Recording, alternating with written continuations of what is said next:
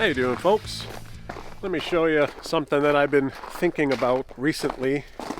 I've already got one tree down. This is our antique drive shed right here, and I've been facing a little challenge here and there with this drive shed. And all you folks probably at some point in your life have dealt with similar challenges, and that is lack of storage space. So I built my new workshop, and I cleared everything out of the old workshop, moved whatever I could into the new workshop, and moved everything else into the drive shed here. I got my lawnmower in here, I keep my farm tractor in there, I have a little trailer there, I got a whole bunch of junk scattered around, I got all these Rubbermaid bins that I still have lots of stuff, just stuff, all sorts of stuff. I got our mule parked on this side, I have a whole bunch of wood stored, I got a bunch of cement there, I got our forks. Anyway, I have a whole bunch of junk in here. And the bottom line is that I'm running out of room, really. I built this shelf last year, and it's just full.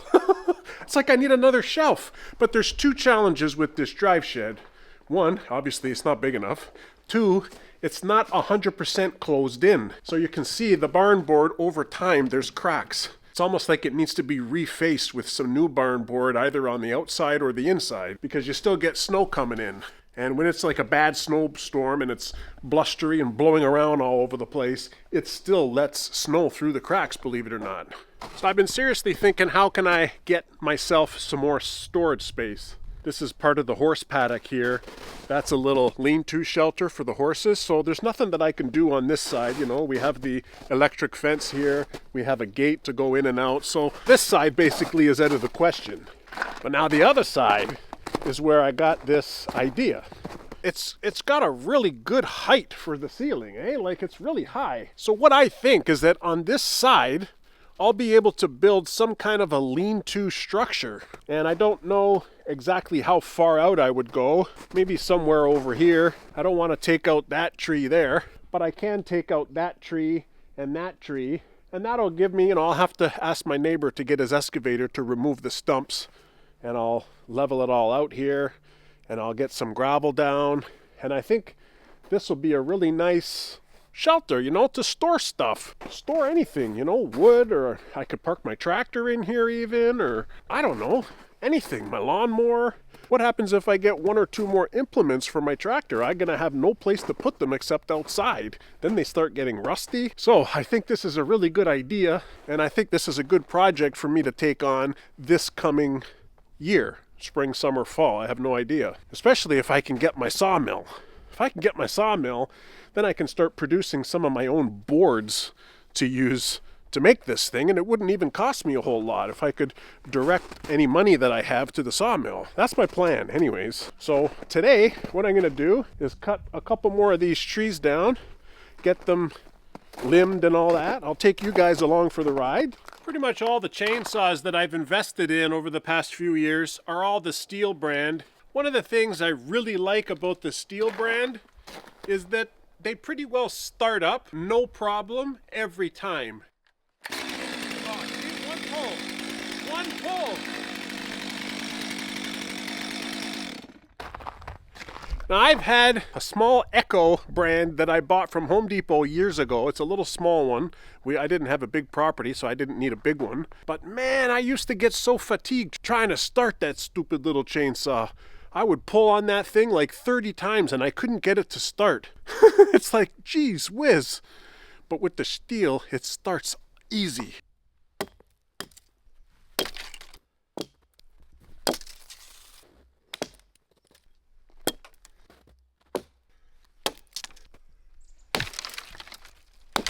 You can see it goes way up there. So I was lucky that it actually fell, but I'll be able to cut it off right about here and then use all this, I guess, for firewood. And I'll probably be able to get a little bit of tree stumps here. This is actually an easy one because I just need to use an axe. There's like hardly any upper branches to limb. I'll be able to use a lot of these big logs here. I'll chop them up into certain sizes and I'll be able to use them in the cat house.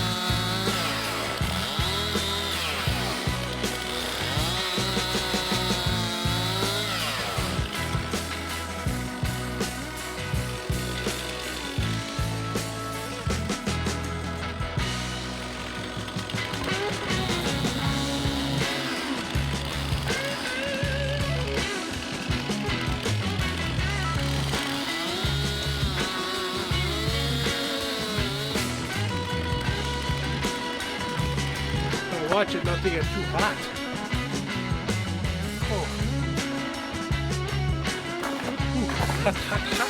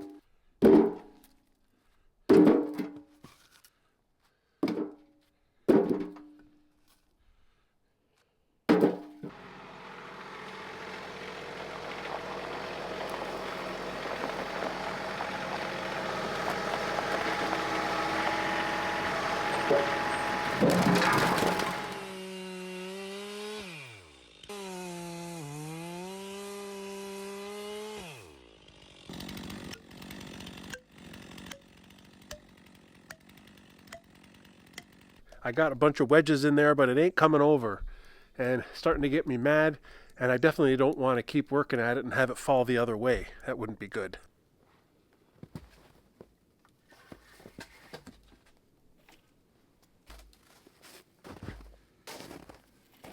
I got like a winch rope now. This is a very strong rope.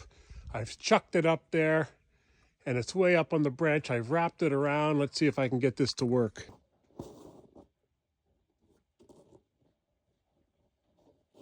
I thought it was just about to go. Honestly, it's like just teetering. I thought I could just pull it over. I'm gonna have to get a longer rope and maybe come out to here and get my tractor on this angle. But it's supposed to fall that direction, not against the building, but I can't drive my tractor there. I can't fit any more wedges in there because I've wedged 3 of them in, and I can't.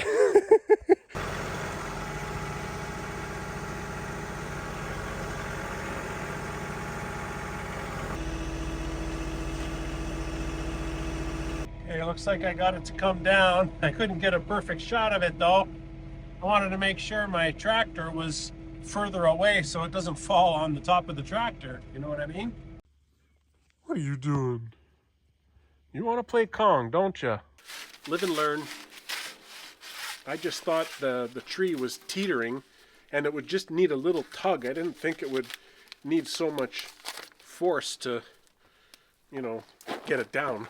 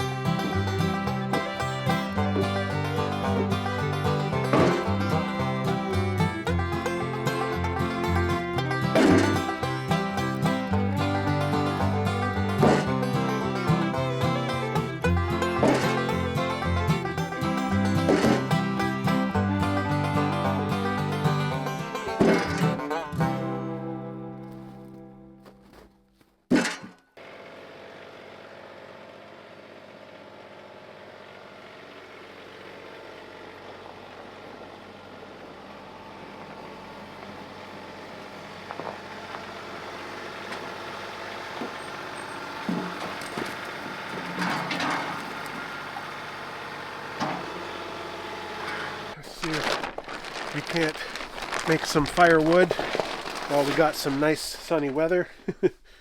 I haven't done firewood type video lately, but you can see how much I've been working on. I practically have almost 2 full rows here, which is pretty good. And it's not that dark in here. It's actually pretty good.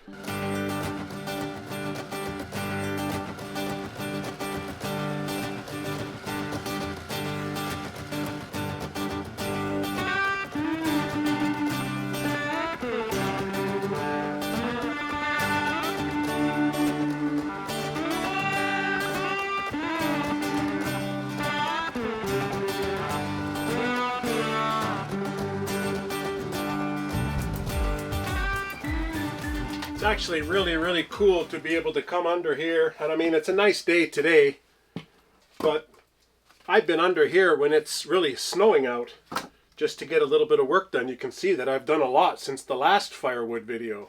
When I started this channel, I said to myself, you know, I'm gonna showcase every aspect to do with small farming, whether they're good or bad, ups and downs like a roller coaster, because I want to be as transparent and honest as possible. Those 2 trees that I cut down are poplar. See the wood? Poplar is not a great firewood because it takes a long time to dry. But I kept a couple of long trunks that I can use in the cat house, because poplar makes great climbing apparatuses.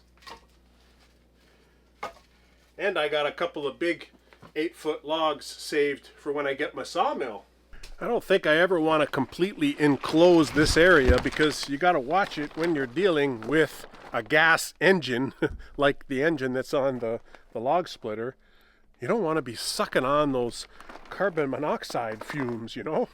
So that's why I'm not going all the way up to the top, so I can keep kind of 1.5 feet so that there's a nice airflow inside. Snow's always melting though, and it's a good sign because it means spring is on the way. Even though it's like we still got all through March, all through April, and maybe a bit of May, but according to the groundhog, back when we had Groundhog Day, he said we're going to have an early spring, so I'm looking forward to that. And that's it. We'll see you on the next episode, okay? Thanks for watching.